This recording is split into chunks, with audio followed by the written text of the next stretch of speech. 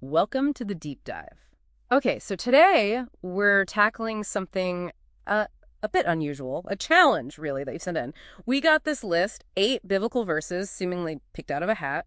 Genesis, Samuel, Numbers, Kings, John, 2 Corinthians, all over the Right. place. And the constraint was pretty strict, wasn't it? We could only use these specific older historical translations. We're talking Brenton, Septuagint, Charles Thomson, Young's literal, that kind of thing.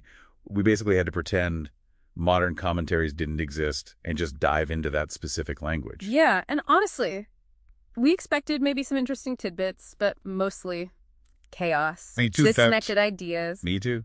But, well, it didn't turn out that way at all. As we looked really closely at the wording in those specific translations, an incredibly clear narrative emerged, almost perfectly structured, actually. It was quite surprising. Okay, so what's the big theme? What did these 8 random verses supposedly build? We've ended up calling it the dynamics of perception, from veiled sight to transformative glory. It really tracks how seeing or perception functions throughout the biblical story. It starts, right at the beginning. Genesis 2.15. The ideal state. Man in the garden. The mandate being to work it and to watch it, or guard it, preserve it, not consume it. Exactly. Unmediated sight, direct relationship, responsible stewardship. That's the starting point. Hold on, though. 8 random verses. Are we sure we aren't just, seeing a pattern because we want to see one? Especially knowing the New Testament verses were in the mix. Confirmation bias is a real risk here. That's a fair point, a really important one. But I think the specific word choices in these older texts push back against that. They guide the interpretation. Look how quickly things go wrong when sight gets corrupted. Genesis 12.4, Abram goes to Egypt. What triggers the crisis? It says specifically, the Egyptians having seen his wife, that she was very beautiful. Ah, so perception immediately flips from guardianship to appraisal, acquisition. Precisely.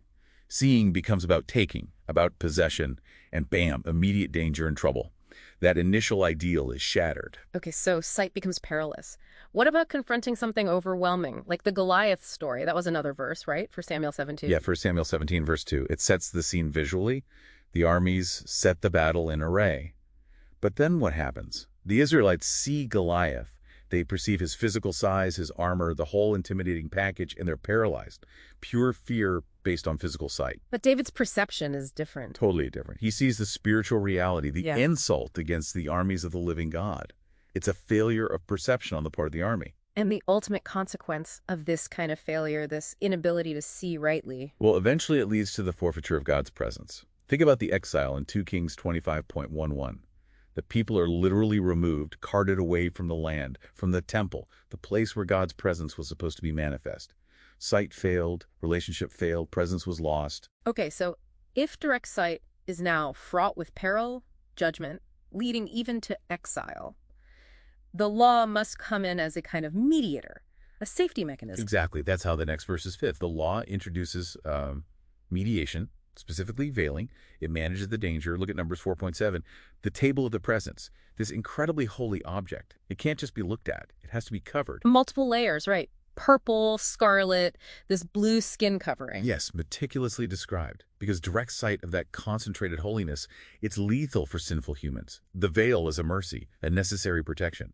And it wasn't just objects, but actions too. Leviticus 7.3, that was another one. It's about the offering, isn't it? Right. Approach is mediated through careful, specific ritual. You don't just bring anything. You bring these prescribed parts, the fat, the loins. The ritual itself becomes the way to engage with the holy, translating something abstract like atonement into a tangible sensory act, but without that dangerous direct visual contact. It's all mediated. So this whole system of veils, specific actions, protocols, it defines that relationship. Until John 1.45, that feels like a turning point. Huge turning point. Yeah. Philip finds Nathanael and says what?